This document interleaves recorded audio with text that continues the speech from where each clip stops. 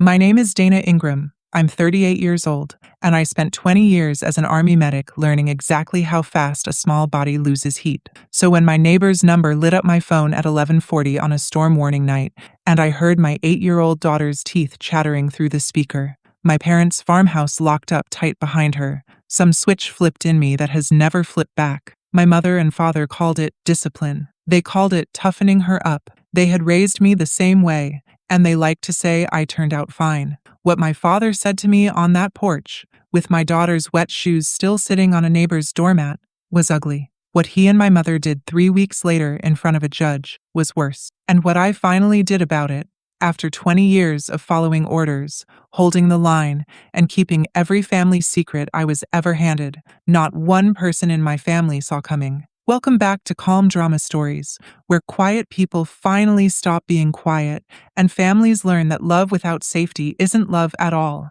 If stories about mothers who draw the line speak to you, you're in the right place. Drop a comment below, tell me where you're listening from, and be sure to subscribe, because this one doesn't end the way my parents thought it would. That night, I was 2.5 hours away in Columbus, sitting in a hotel conference room with 40 other veterans, learning how to translate 20 years of service into a civilian resume. The workshop ran late. The weather alert started around 9. Severe thunderstorm warning for 3 counties, including Deacon County, where my parents' farm sits, and where my daughter Ellie was spending her scheduled weekend. I checked the radar app the way I checked everything. Habit. The cell over Cedar Run glowed dark red. At 11:40, my phone buzzed with a number I'd made Ellie memorize before her first overnight. Arlene Purdy, the widow who lives directly across the road from my parents' place. I stepped into the hallway and answered. "Dana, honey, I've got her," Arlene said. "She's safe. She's here." Behind her voice, I heard my daughter crying, and under the crying, I heard the thing my training wouldn't let me unhear. The fast clicking rhythm of a child shivering hard. "How long was she outside?" I said. Not hello. Not what happened. Arlene paused. "Long enough. You come now." I was in the parking lot before she finished the sentence. 20 years in the Army teaches you a very specific kind of calm. Your hands do the checklist while your chest does the screaming. Blankets in the trunk, water bottle in the console, route pulled up, urgent care hours checked at a red light. I drove 2.5 hours through sideways rain with my wipers on high, and somewhere around the county line, I noticed the detail I have never been able to put down. My phone showed no missed calls. Not one. My parents had my number. Their granddaughter was out in that storm. Neither of them ever dialed it. To make sense of that night, you need the 8 years before it. I enlisted at 18, 2 weeks out of high school, and I gave the Army 20 years.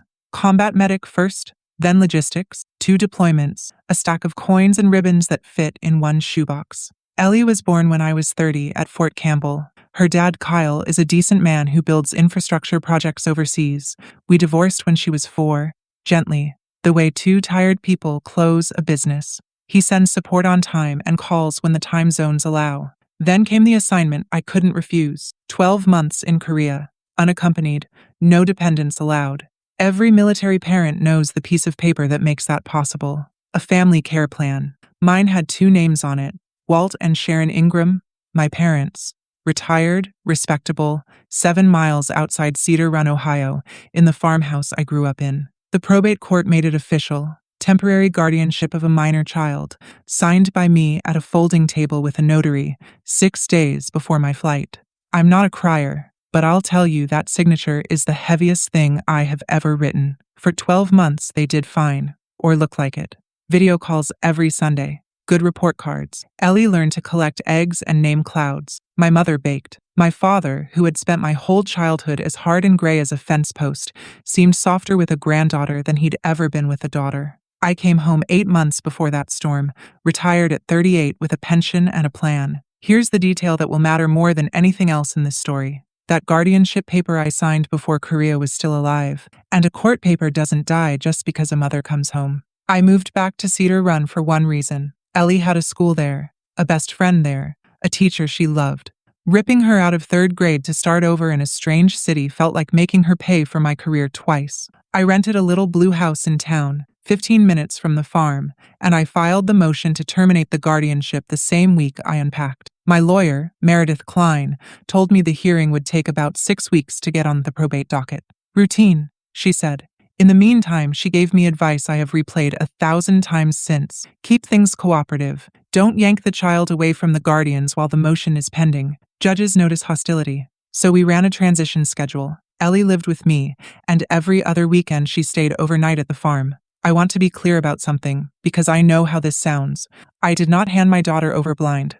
I'm a medic. I do risk assessment in my sleep. I made Ellie memorize my number and Arlene's number both. I called her every night at 8, no exceptions. I told her, if anything ever feels wrong, you find a phone, or you find Arlene's porch light, and you will never, ever be in trouble for it. My father was strict with me growing up. Strict is a small word for it, but with Ellie he'd been gentler. And for 12 months in Korea, I'd watched it with my own eyes on a screen. I had a court date, a schedule, and a checklist. I had done everything a careful mother does. That Saturday, my 8 o'clock call went to voicemail. That Saturday, there was a statewide storm warning. Arlene Purdy's porch light was the only warm thing on that road when I pulled in at 2:10 in the morning. She had Ellie on the couch, wrapped in a flannel blanket with a barn cat purring on her feet, and the second I knelt down, my hands went to work without asking me. Pulse, fingertips, lips, the back of her neck. Her lips still had a bluish edge. Her hair was drying in stiff little ropes. Her skin had that clammy coolness I'd felt on soldiers who'd been rained on for a shift, except she weighed 54 pounds and she was mine. "Mama," she said, and grabbed my sleeve like a drowning person, and didn't let go for an hour. Arlene talked while I checked her over, in the level voice of a woman who taught elementary school for 30 years. She'd been up with the storm, heard something banging on her storm door a little before midnight, opened it to find my daughter on the welcome mat, soaked through. A lightning strike having split a limb off the walnut tree across the road. Ellie had waited on my parents' back porch, locked out, told to stand there until she could act her age. For the better part of 40 minutes before the sky broke something loose in her and she ran, 200 yards through the mud, toward the one light she could see. On the doormat by the front door, where Arlene had eased them off her, sat her purple sneakers, the lucky pair she keeps by the farm's back door for chores. So caked in mud they looked poured from clay. But the thing that finished me was what Ellie whispered when I tucked the blanket up under her chin. "I did what you said, Mama. I found the light. And before that, I counted the thunder so I wouldn't cry." Across the road, through the rain, my parents' kitchen window was still glowing. They were awake. They knew. And nobody had come looking. I left Ellie asleep against Arlene's shoulder and walked across the road in the rain, because there are conversations that cannot wait for morning. My mother opened the door in her apron. My mother wears an apron at 2 in the morning the way other people wear armor, and her eyes went everywhere except my face. "Dana, it's late." Behind her, my father sat at the kitchen table with a mug of coffee. Dry, comfortable, a man entirely at peace with his evening. "She's at Purdy's, I take it," he said, before I said anything at all, like I'd come to report the weather. I asked him what happened, and he told me, in the same tone he'd used to describe repairing a fence. Ellie had cried at bedtime because Sharon took the tablet away. The crying went on. Crying, in Walt Ingram's house, is a behavior, and behaviors get corrected. So he walked her out to the back porch in her pajamas, told her she could come in when she could act her age, and latched the door. "Kids today are soft," he said. "An hour of weather never killed anybody. Builds a spine." My mother stood at the counter wiping a clean dish. I asked how long the door stayed latched. My father actually glanced at the clock over the stove, and I watched him do arithmetic. The calm, satisfied arithmetic of a man reviewing a job done right. That was the moment I understood something that took me the rest of this story to say out loud. He wasn't ashamed. He wasn't defensive. Nothing in his face was hiding, because in his accounting, nothing wrong had happened in that house. You can argue with a man who knows he's guilty. I was standing in front of something else entirely. I kept my voice level, because 20 years of practice doesn't evaporate in one kitchen. I told him she's 8. I told him there was a severe thunderstorm warning, that lightning took a limb off the walnut tree 50 feet from where he'd latched the door on her. My father set down his mug and looked at me with something close to disappointment. Not in himself, in me. "Storm's just water, Dana. I stood worse at her age. So did you." He let that sit, and then he said the sentence this whole story turns on. The one he'd been saying my entire life, the one I'd carried through 2 war zones like a coin in my pocket. "It never hurt you." And here is the strange part, the part I didn't tell anyone for weeks. When he said it, my mind threw an image at me, fast and uninvited, the way a bad knee reports old damage before rain. Wood smoke, a latch, the smell of cured meat and cold dirt. It was there for 1 second and I put it away, the way I'd been putting it away for 29 years, because I had a job in front of me and the job was my daughter. I picked up Ellie's overnight bag from the mudroom, the one my mother had already packed and set by the door. Packed, mind you, before I ever arrived, and I said the only thing I had left that was safe to say. She won't be back. My father shrugged and reached for his coffee. My mother followed me out onto the porch, into the rain, clutching her cardigan, and whispered the family motto like a prayer. Don't make this big, Dana. Your father is a good man. Behind her, through the screen door, I could hear him rinsing his mug, calm as Sunday. I got Ellie home to the Blue House at 4 a.m, dry pajamas, warm honey milk, my bed instead of hers. She slept. I didn't even try.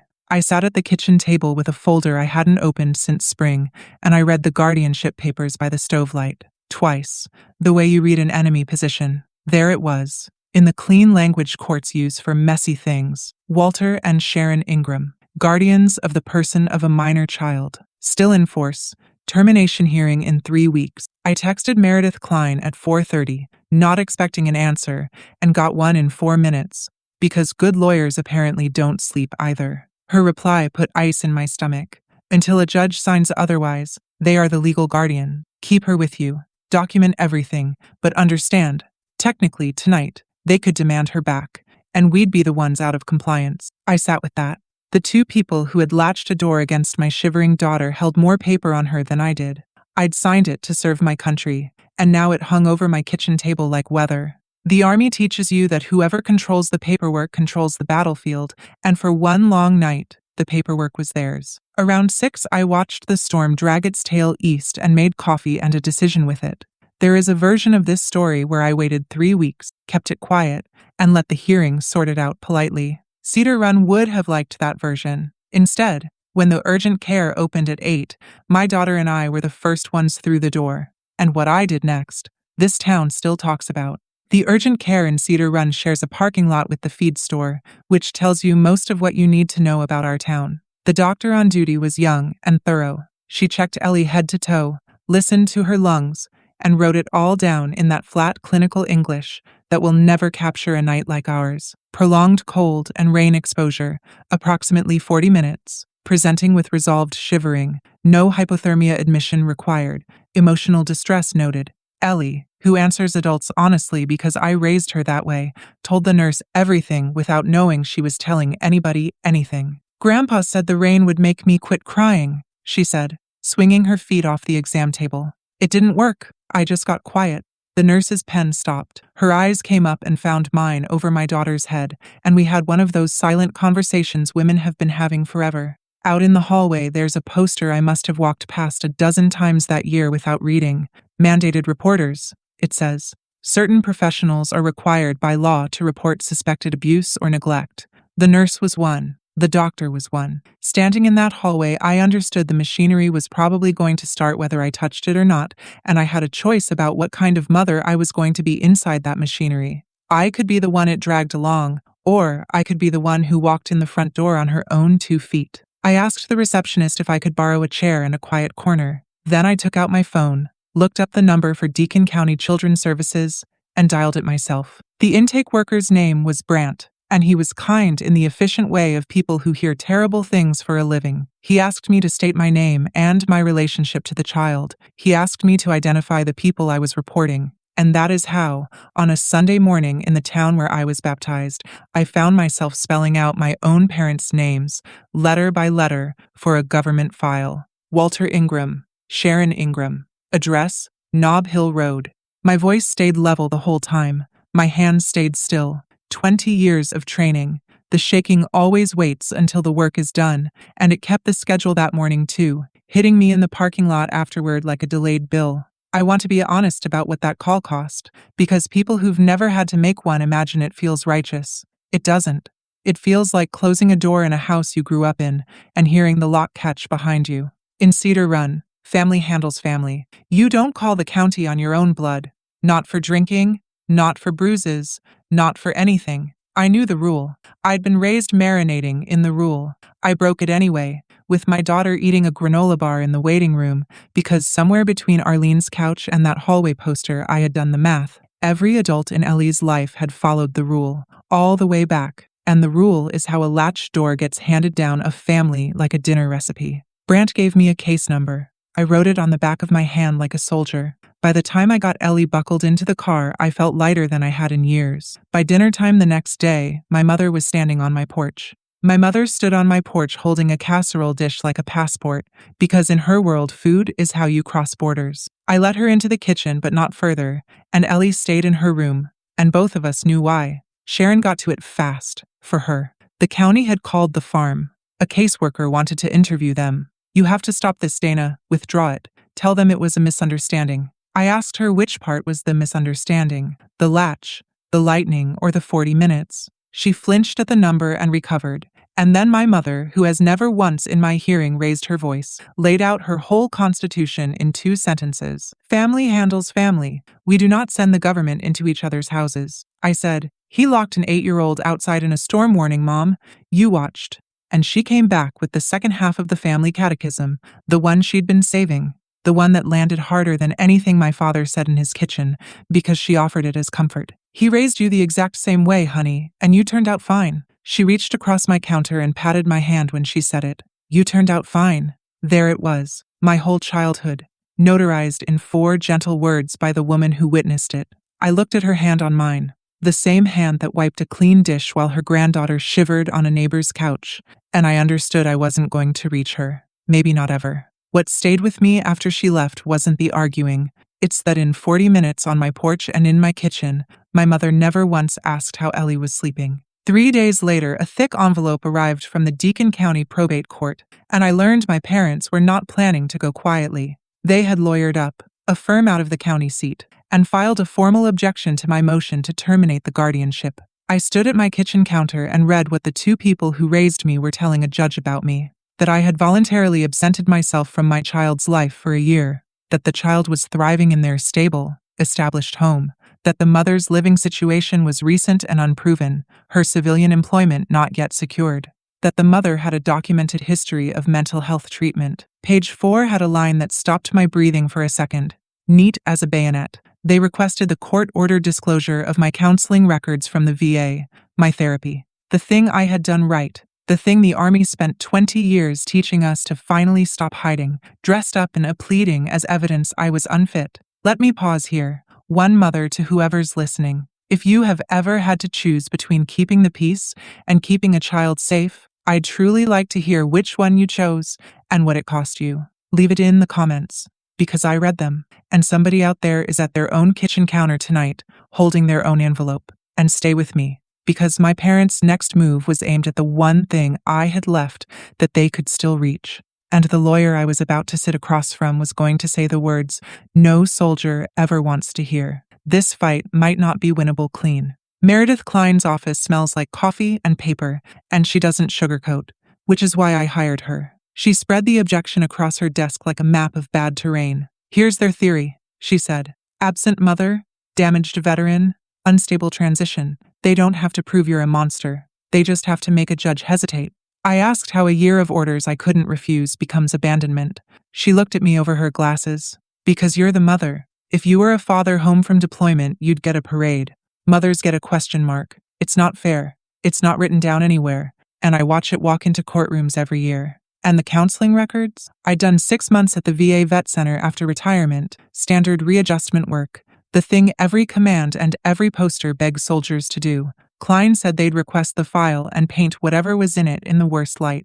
"We can fight the disclosure. Privilege is on our side. But understand what they're doing, Dana. They aren't attacking your weaknesses. They're attacking your strengths, your service, your discipline, your honesty about getting help. They're going to hold every one of them upside down." I thought about my father at my retirement ceremony 8 months earlier, shaking my colonel's hand, telling anyone who'd listen that the Army was the best thing that ever happened to me. Now the word PTSD sat in his court filing with my name stapled to it.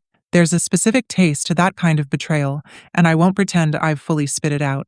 Klein slid a legal pad toward me. "So, before we plan anything, tell me what you want, and tell me what you can afford to lose." That night, after Ellie was asleep, I cleared my kitchen table and laid the war out where I could see it. On one side, the court papers, their objection, my motion, the the guardianship I'd signed at a folding table before Korea. On the other side, I set down the thing I'd been keeping in the hall closet since the morning after the storm. A gallon freezer bag, zipped shut, holding one pair of small purple sneakers still caked in dried mud from a 200-yard run through a storm. I'd sealed them that first morning without fully knowing why. 20 years of instinct, preserve the evidence, log the scene, bag and tag. But standing at my own kitchen table at midnight, I finally understood what I'd actually put in that bag. That was the exact shape and weight of what my family called a lesson. Mud from the field between my father's latch and the only porch light my daughter could find. I put the bag right next to their legal filings, and I looked at both piles for a long time. Their paper, her shoes, and every road in my life quietly reduced itself to one fork. Settle it soft, keep the town's peace, stay somebody's daughter, or pick up the shoes and fight like they were the only paper that counted. I picked up my phone and typed a message to Meredith Klein, short enough to fit on a headstone, which felt right. We fight. All the way. She replied with a thumbs up at 12:14 a.m., and I slept better than I had since the storm. The next hit, when it came from nowhere on my map. It came from church. Before church, though, came one more piece of mail, and I need you to hear this part, because it's the moment this stopped being a custody case for me and became something older. Their attorney filed a response to the Children's Services involvement, and Klein forwarded me the copy. Most of it was standard lawyer weather, but item 12 stood alone, and I have it memorized. The respondents deny that any harm occurred. The discipline in question reflects long-standing, reasonable child-rearing practice in the respondent's family. Similar discipline never harmed the child's mother. There it was. It never hurt you. Shaved, combed, and dressed in a suit. My father's kitchen table sentence had crawled into a legal document because to him and now to his lawyers it wasn't an excuse. It was a defense, a philosophy with a paper trail. They were not denying the latch or the storm or the 40 minutes. They were standing behind all of it, under oath, on letterhead. I read item 12 maybe 10 times at my counter, and something in me went very still and very clear, the way a room does when the power cuts out. This hearing was never going to be about one Saturday night in April. Their own filing had made sure of that. It was going to be about the practice, long-standing, as advertised, which meant it was going to be about the first child ever latched out of that farmhouse, the one who grew up, enlisted, and spent 29 years telling herself it made her strong. Klein called that afternoon with logistics. The county had scheduled its home visits. Both homes, standard procedure, a caseworker with a clipboard walking through my parents' kitchen and mine. Be yourself, she said. And Dana, let Ellie be herself too. That child is the truest witness in this whole file. The investigation took 2 weeks, and I got most of it in pieces, from Brant's careful phone updates, from Arlene, and later from the file itself. The caseworker interviewed Ellie at school with a soft-voiced specialist, the kind who asks a child to draw her weekend instead of describe it. Ellie drew the farmhouse, the porch, rain in hard diagonal pencil strokes, and a small stick figure behind a door with a tiny rectangle where the latch goes. She drew Arlene's porch light the size of the sun. Brant visited my house, checked the fridge, the smoke detectors, Ellie's room with the weather maps she likes to draw taped over the bed, and stayed for a cup of coffee he didn't have to accept. Then he drove out to Nob Hill Road, and this is the part I want you to sit with. My father did not soften a single syllable. He walked the caseworker to the back porch, showed him the latch, and explained his system the way a man demonstrates a wood splitter. Kids need weather, he said, for the record, to a child welfare worker holding a clipboard. Crying is a habit, and habits break outdoors. My mother served coffee cake and, according to the file's dry little summary I read weeks later, used the word discipline over and over, and never once the word sorry. Their honesty was the strangest gift anyone ever handed my case. No cover story, no contradiction to untangle. Just the doctrine, delivered on the record and in dry weather, by the man who wrote it. Brant is trained to keep his conclusions off his face, and he did. But the preliminary findings would be ready before the hearing, and in a town like Cedar Run, I learned long ago that news travels faster than the mail, and rumor travels faster than news. Rumor beat the county's report to the whole town by 10 days. My Aunt Bev, my father's sister and Cedar Run's unofficial broadcast tower, called me on a Tuesday and opened with, "So it's true, you're trying to put your own father in prison." I told her no one was going to prison. I was ending a guardianship. She talked over me for 6 unbroken minutes, about respect, about how her generation got the belt and built this whole county anyway, about what people at church were saying. That Sunday, the church piece stopped being abstract. My mother has run the women's bake table at First Baptist for 22 years, and those same women had known me since the nursery. In the aisle of Yoder's grocery, 2 of them looked at my cart, looked at me, and rearranged their faces the way you'd cover a casserole with foil. Nobody was rude. Cedar Run doesn't do rude. It does quiet, and the quiet has edges. I could carry that. I've been frozen out of better rooms by worse people. Then it reached my daughter. A birthday party Ellie had been counting down to for 2 weeks. A trampoline, a unicorn cake, the whole 3rd grade social season evaporated with a text from the birthday girl's mother. So sorry, we've had to trim the guest list. Ellie sat at our table with her weather maps and asked me the question I will be answering for the rest of my life. Did I do something bad? I told her the truth. No, baby, you did something brave, and some grown-ups can't tell the difference yet. She nodded like a little soldier, which broke me worse than tears would have. And then, that same evening, headlights swung into my driveway. Arlene Purdy, with a pie. Arlene set the pie on my counter, took off her rain bonnet, and said, 30 years teaching 2nd grade, Dana. I know exactly what I saw on my doormat, and I intend to say so to a judge. She said it the way she probably announced spelling tests. No drama, no negotiation. Next item of business. Over coffee, she told me things I'd never heard from anyone in this town, about the kids who came through her classroom already trained not to flinch. Everybody praises those children for being tough, she said, stirring her cup slowly. I watched the lights go out of them one recess at a time. Tough is what we call it, so we don't have to call it anything else. I wrote that down that night, word for word, because some sentences deserve preserving. Those weeks gave us other small mercies too. I found Ellie a children's counselor 2 towns over, a gentle woman with a sand tray, and my daughter took to her fast. Her nightmares thinned from every night to some nights. At home, she went back to her weather maps, big crayon systems with cold fronts and pressure lines, and one evening I noticed she'd started marking a little square on every map, always in the same spot, labeled in careful 3rd grade letters. Safe house. It was our blue house. Every storm she drew, on every map, our house stood marked and standing. I taped that one inside the kitchen cabinet where I keep my coffee, so I'd see it every morning at the worst hour. We were going to need it, because the next week, the court appointed a guardian ad litem to speak for Ellie's interests, and my parents' lawyers filed notice of a new witness list, longer than mine. The guardian ad litem's name was Tom Reyes, a rumpled, watchful man whose entire job was to be Ellie's voice in a room full of adults with lawyers. He interviewed me at the Blue House for 2 hours, then spent an afternoon at the farm, then met with Ellie twice, once with the sand tray at her counselor's office. He was unreadable in a way I respected and hated at the same time. After his second visit with my daughter, he stood on my porch, putting on his coat, and asked her one last question through the screen door. I only caught the shape of it, something about where she feels safest, and whatever she answered, he wrote it in his little notebook, nodded once, and drove off with the recommendation that would carry more weight with the magistrate than anything I could say. Meanwhile, Klein began preparing me for cross-examination, and those evenings in her office were their own kind of combat training. She played opposing counsel, and she did not play nice. When were you last in a combat zone, Ms. Ingram? Do you take anything to sleep? You missed your daughter's 7th birthday, didn't you? Where were you exactly? Describe your nightmares for the court. I sat in the chair and took it, round after round, and somewhere in round 3 I recognized the feeling from the worst days of my service. The battlefield was my own file. Every scar I'd earned honestly was an exhibit now. Every wise thing I'd done, the counseling, the careful transition schedule, the phone call to the county, could be flipped and held upside down. Good, Klein said finally, closing her legal pad. You don't rattle. Now go home and sleep, because tomorrow the other side wants to meet. All of us. One room, a mediator, one honest try at ending this without a trial. The mediation room at the county building had a long table, bad coffee, and a box of tissues nobody touched. My parents sat across from me with their lawyer.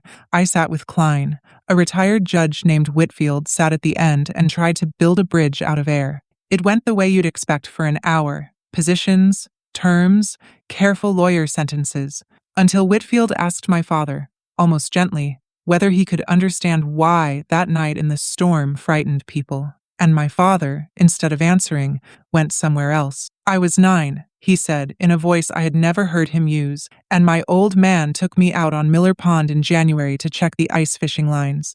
Ice let go under me. I went into my chest. He looked at his hands on the table, and his hands, I want this on the record, his hands were shaking. He stood on the bank and watched me climb out myself. Then he walked home ahead of me, and I followed his boot prints 2 miles, froze half solid, and nobody carried me. Nobody ever carried me anywhere. For one long second, the room held something almost holy, and I saw him, a boy on a frozen bank, 60 years back, waiting for a hand that never came down. I know that boy. I've been that boy. Then my father lifted his head, and the window closed like weather. And it made me a man, he said, voice level again. Everything I am got built out on that ice.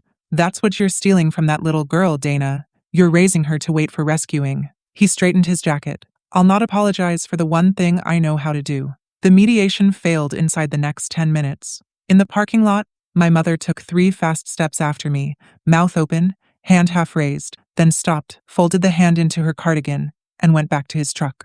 Litigation is a slow leak, and by the 5th week I could name everything it was draining. Money, first. The retainer, the filings, the expert consult, $12,000 and climbing, a number I tracked on the whiteboard next to my grocery list because pretending not to know a number has never once made it smaller. Standing. Second. In Yoder's grocery one Thursday, my Aunt Bev held court by the deli case with 2 church ladies, and she made sure I heard her over the sliced ham. All I'm saying is, Walt raised that girl with the same hand, and she turned out fine, didn't she? One of the ladies glanced at me and had the decency to study her shoes. Fine. There was that word again, following me around town wearing my mother's voice. Third, and I'll say this plainly, because I promised myself I'd tell this story straight. It drained me. I served 20 years, 2 of them in places I still visit at 3 in the morning, and I sat in more than one briefing where we begged soldiers to ask for help like it was a battle drill. So hear the joke I told my counselor Ray at the vet center that week,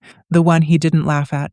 I have called in a medevac under fire with steady hands, and it took me 38 years to learn to make the phone call that just says, I'm not okay. Come sit with me. Ray, who was a corpsman in another war before mine, looked at me for a while. Then he said the thing I ended up carrying into that courtroom. Dana, you keep saying your dad's discipline is what got you through the war. Any chance the war is also what's getting you through your dad? I was still turning that over on Friday when Klein called. The county's report was in. Before I tell you what the county decided, let me say one thing to whoever's listening with a report like this sitting on their own kitchen table. I see you, and the rest of this story is for you. So, if you haven't yet, take 2 seconds, hit subscribe, and stay with me to the end, because the hardest choice in this whole story has still not happened.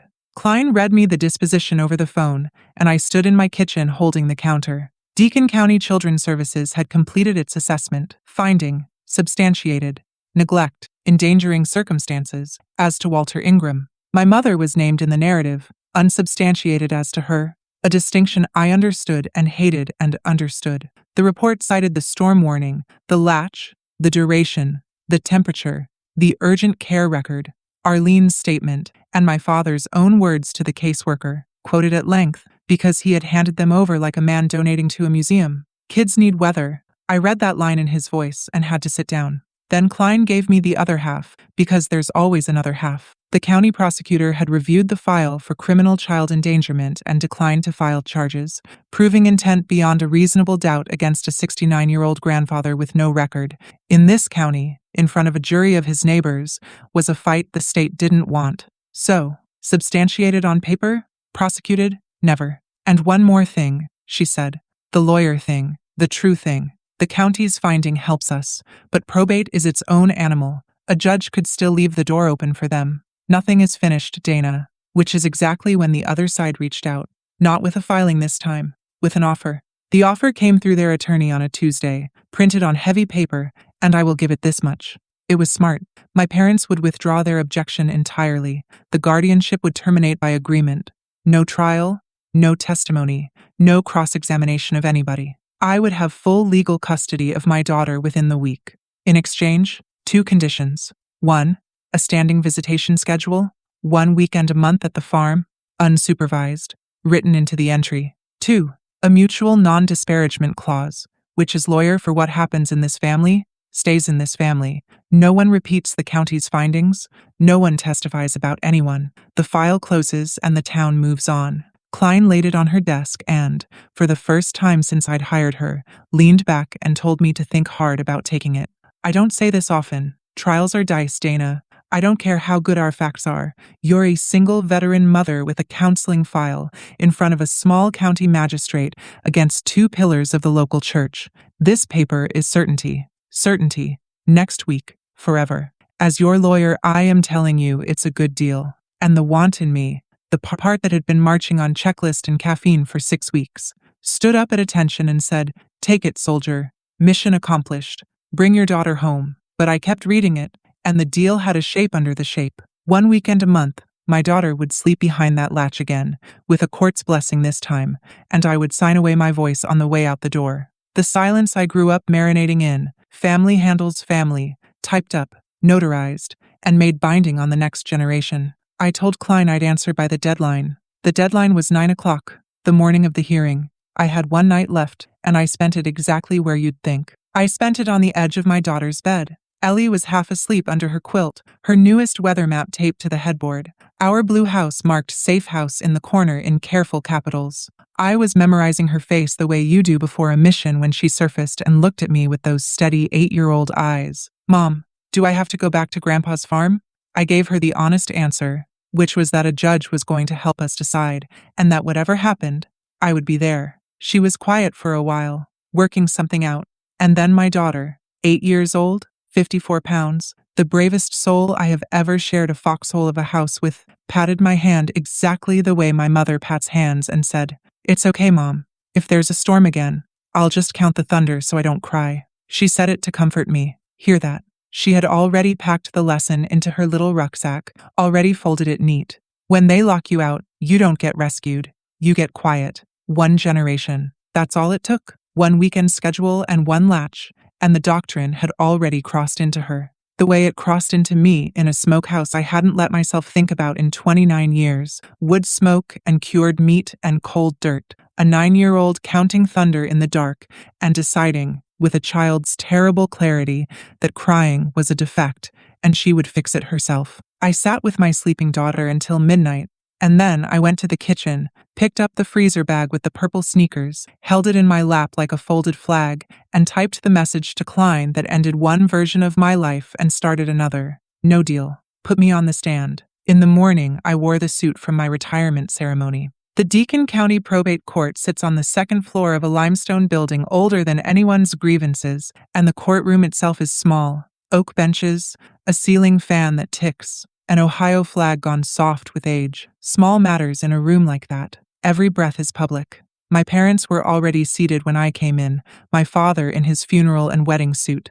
my mother in church blue, and behind them Aunt Bev, arms crossed like a fence. Arlene sat on my side in her good coat, spine straight, a 2nd-grade teacher waiting out an assembly. Tom Reyes had his notebook. The caseworker file sat on the clerk's cart with everything in it. Their attorney intercepted us in the aisle, 1 last copy of the agreement in hand, and made his pitch quietly, reasonably, the way good lawyers sell certainty. "Sign now. We all go home. The family heals in private." I looked past his shoulder while he talked. My mother was watching me with her hands knotted at her chest, and she mouthed a single word at me across that courtroom. "Please." I took the paper from him. I laid it on the rail, and across the signature block I wrote the word "declined" in block capitals, dated it like a soldier dates everything, and handed it back. My mother closed her eyes. My father never turned around. I watched the back of his neck take the news and settle, almost satisfied, because a fight was a language he respected.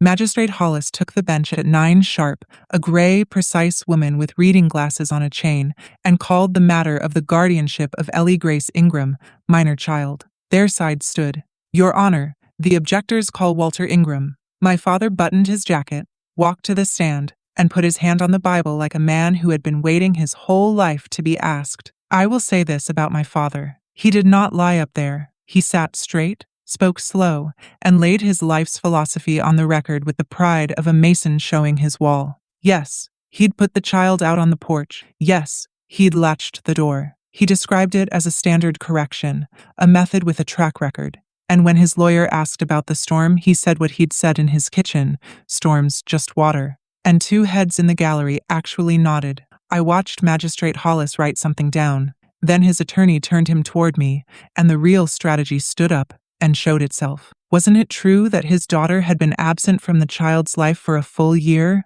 That the child had thrived at the farm? School records? Church attendance? A vegetable garden? That the mother's household was barely 8 months old, her civilian job not yet started, her own treatment records. And here the lawyer paused, letting the word treatment ring. Sealed from this court's view?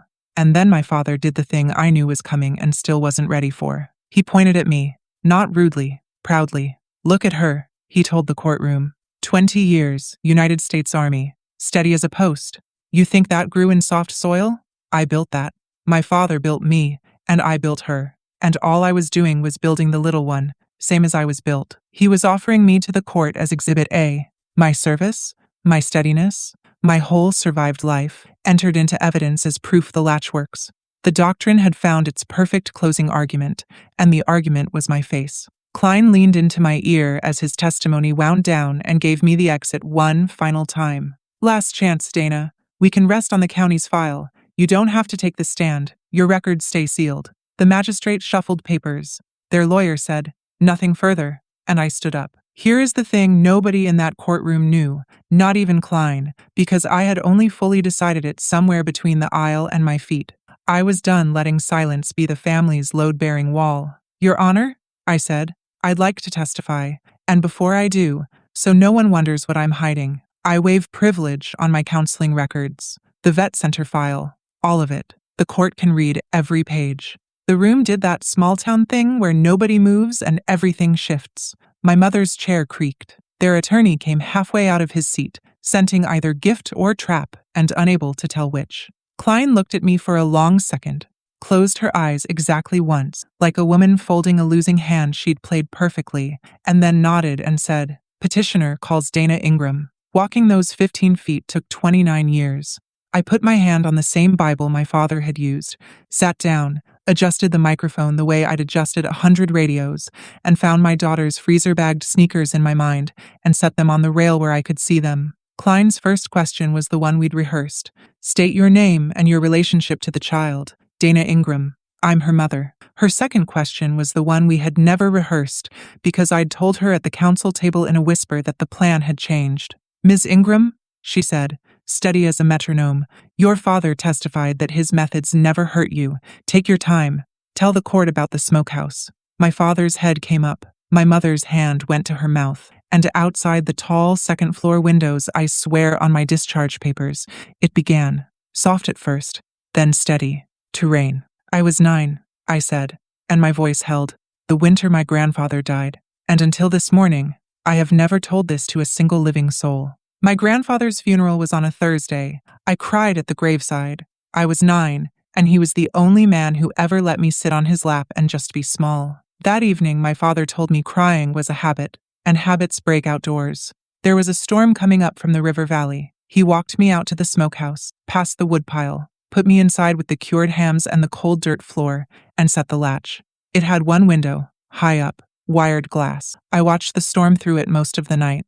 I was wearing my funeral dress. I counted the thunder. 1 Mississippi, 2 Mississippi, because somewhere in the dark I worked out that if I was counting, I wasn't crying, and if I wasn't crying by morning, the door would open. Toward dawn, I fell asleep on a feed sack, and when my mother let me out, she'd brought me cocoa, and nobody in that house ever spoke of it again. I made myself a promise, walking back across that yard, 9 years old, in a wrinkled funeral dress. Nobody would ever see me cry again. I kept that promise through basic training, through 2 deployments, through a divorce, and a flag-folded funeral for a soldier I couldn't save, and the birth of my own daughter. The nurses joked they'd never seen a calmer delivery. For 29 years, I called that promise strength, and I built a career on it.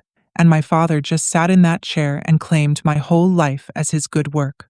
I turned then and looked at him, the man in his funeral and wedding suit, and kept my voice as soft as I have ever kept it in this life. Dad, you always said it never hurt me. It never stopped hurting me. I went to counseling to unlearn your house. That file they wanted so badly says a woman spent 20 years being strong and is finally learning to be well. Strong and fine are not the same thing, and I will spend every dollar I have making sure my daughter never has to know the difference. The silence held for a heartbeat. Then my father came up out of his seat like a wall failing, and for the first time in my whole life, Walt Ingram shouted, "I made you what you are!" The gavel came down once. My father stood there in the ringing quiet, breathing hard, a 9-year-old on a frozen bank wearing a 69-year-old's face, and every person in that small oak room had just watched the method testify against itself. What remained took under an hour, and I remember it in still frames. Arlene on the stand in her good coat, describing the doormat, the soaked pajamas,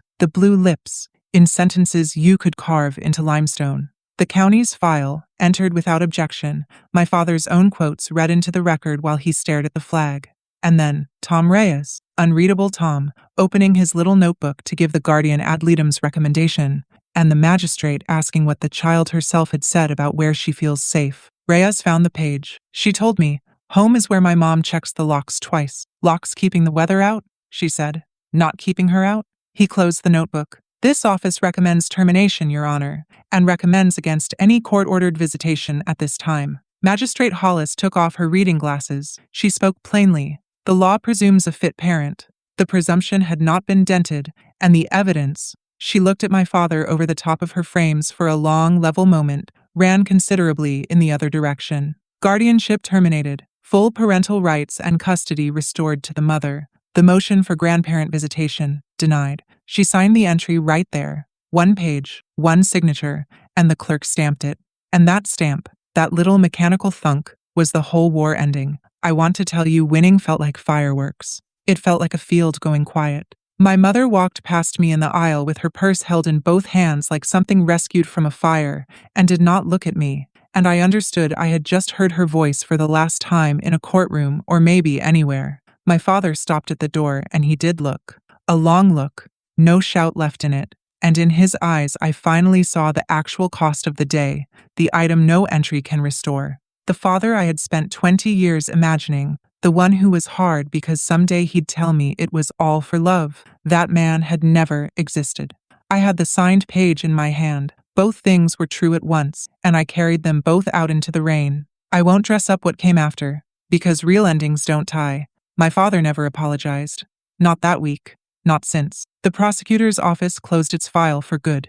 At First Baptist, some pews still go quiet when I walk past, and Aunt Bev still tells her version at the deli case. The doctrine didn't die in that courtroom. It just lost one house. I went full no contact the day the entry was stamped. Numbers blocked. School pickup list rewritten to 2 names, mine and Arlene's. One morning in June, I found a cardboard box on my porch. No note, no knock. Inside were things from the farm. My old 4-H ribbons, a christening gown, a photograph of me at 7 on my grandfather's lap, my mother's handwriting on the flaps, my mother's tape, my mother's silence. I stood there a long time. Then I kept the photograph, donated the rest, and let the box be what it was, the closest thing to a love letter that house knew how to send. The rebuilding was quieter than the war, the way it always is. Ellie kept her sand tray appointments, and the nightmares faded to visitors instead of tenants. I started the logistics job at the clinic network, civilian hours, home by 5:30. I still see Ray at the vet center every other Thursday, and I'm faster now at the hard call, the one that just says, "Come sit with me." And one Saturday, Ellie and I held a small ceremony in the backyard for a pair of purple sneakers. I finally unzipped the freezer bag. We thanked them for their service. She saluted. I taught her a proper one, for carrying a brave girl 200 yards through the mud to a porch light. Then we retired them, full honors, into the trash bin, and drove to the store, where she picked the new pair herself. Purple again, but louder. Her choice. Everything about that sentence still gets me. Her choice. In late July, a storm came up the valley on a Friday evening, the first big one since April, and I watched my daughter watch the sky. I asked her if she wanted to go inside. She thought about it like the meteorologist she's decided to become, then shook her head and climbed onto the porch swing next to me. So we stayed, 2 Ingram women under one dry roof, cocoa in July thick air, front door standing wide open behind us with the light on. When the first thunder rolled, Ellie grinned and started counting. 1 Mississippi, 2 Mississippi, out loud, theatrical, holding up fingers, and I counted with her. And when we lost the count, we just laughed and started over. Counting thunder used to be what the children of that farmhouse did in the dark to keep from crying. Now it's a game my daughter plays on a porch swing with her mother, with the door open, keeping score of how far away the weather is. In this house, a storm is just weather. In this house, nobody stands outside alone. If you take one thing from my story, take this. Being strong carried me through 20 years of service, but it took my daughter shivering on a neighbor's porch to teach me that a child doesn't need to be toughened. She needs to be safe. And the bravest thing a strong woman ever does is admit where her strength came from. That's my story. One storm, one phone call, one promise I finally broke. The promise to stay quiet. If it reminded you that protecting your child matters more than protecting the family's image, take that as your sign. Share this video with someone who needs it tonight. Drop a comment and tell me what you would have done at that settlement table. Hit subscribe, and I'll see you in the next one.